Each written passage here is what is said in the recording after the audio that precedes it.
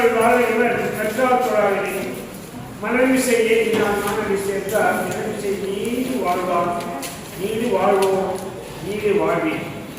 அன்பு நல்ல உள்ளவர்களே, இன்றைய தினம் 17வது வாரம் 21 பிப்ரவரி 2026 அன்று இன்றைய காலை நம்ம எல்லாம் உற்சாகப்படுத்துவதற்காக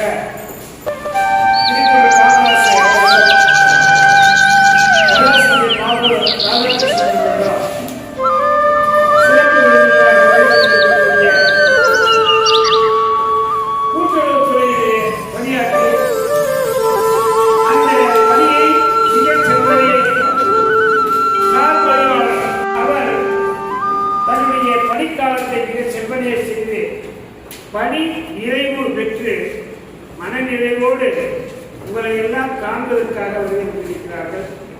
திருவாளர் தேவசேனாதிபதி இந்திரனுடைய வருவதாக போல அதே சமயத்தில் பிள்ளைகள் மீது அக்கறை கொண்டு இந்த பிஞ்சி குழந்தைகளை பார்க்க வேண்டும் என்பதற்காக வருகை தந்திருக்கக்கூடிய அன்னாரை உங்கள் சார்பாக கடவுளை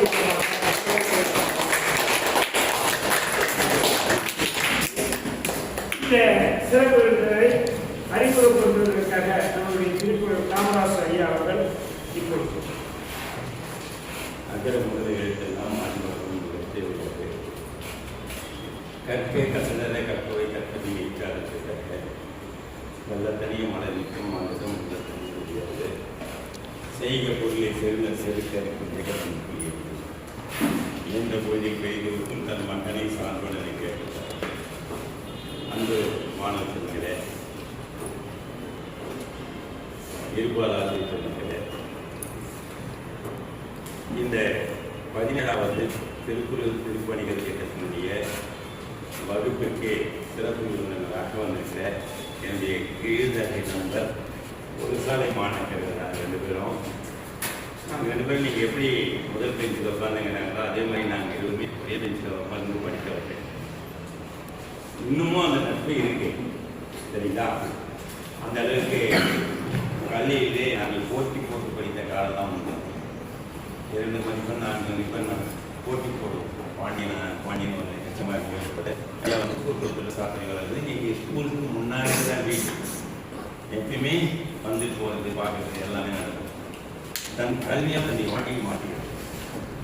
அவர் இன்னமும் அந்த நட்பு பாராட்டி திருக்குறள் திருவண்ணாமலையில் நடக்கிறது என்பதை எல்லாம் தன்னுடைய வளைவுரையை பார்த்து நானும் ஒரு நாள் வரட்டுமானாரு.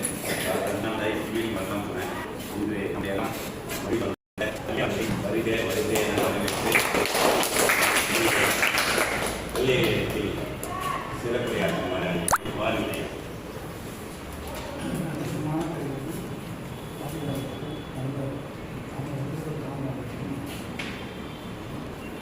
மாணவர்கள் குறிப்பிட்டால் அடுத்து தலைமுறை தான் இந்த நாட்டை நல்வழிப்படுத்த நல்ல பேர் வாங்க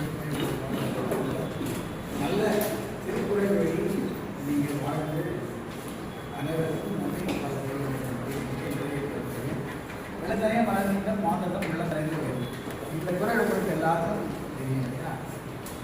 இந்த குரலில் என்ன விசேஷம்னா நம்ம என்ன ஆக போகிறோமோ அதை நம்ம முன்கூட்டியே தீர்மானிச்சோம்னா அதுக்கேற்ற மாதிரி நம்ம கண்டிப்பாக உயரலாம் என்பதை வெள்ளம் வரும்போது உயரமாகும் போது அந்த காமச்சண்டோட நீளம் வந்து மேலே போகும், குறைவாக உள்ள வரும். ஆக அது தகவல் அதுக்கேற்ற மாதிரி மாறிடும் இல்லையா?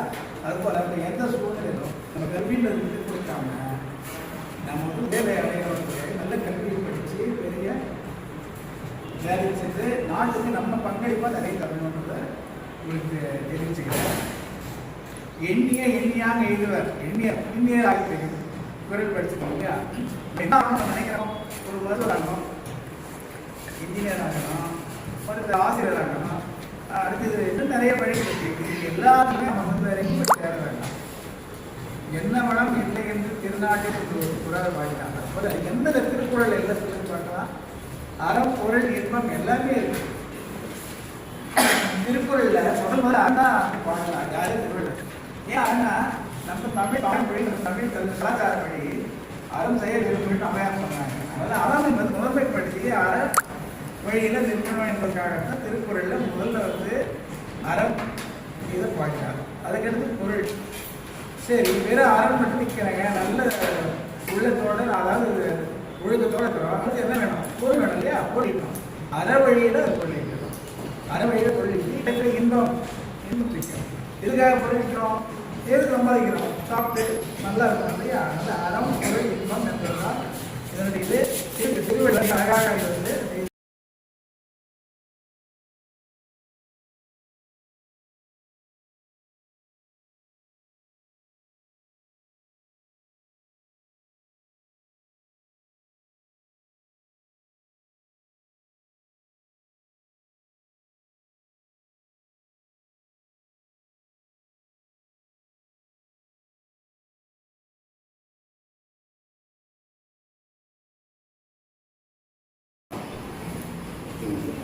கன்னியாகுமரியில் இருக்கிற திருவள்ளுவத்துக்கு யார் யாரும் போயிருக்கீங்க? மற்றவங்களும் போக போயிருக்கீங்க. நல்லா அதை பார்க்க வேண்டிய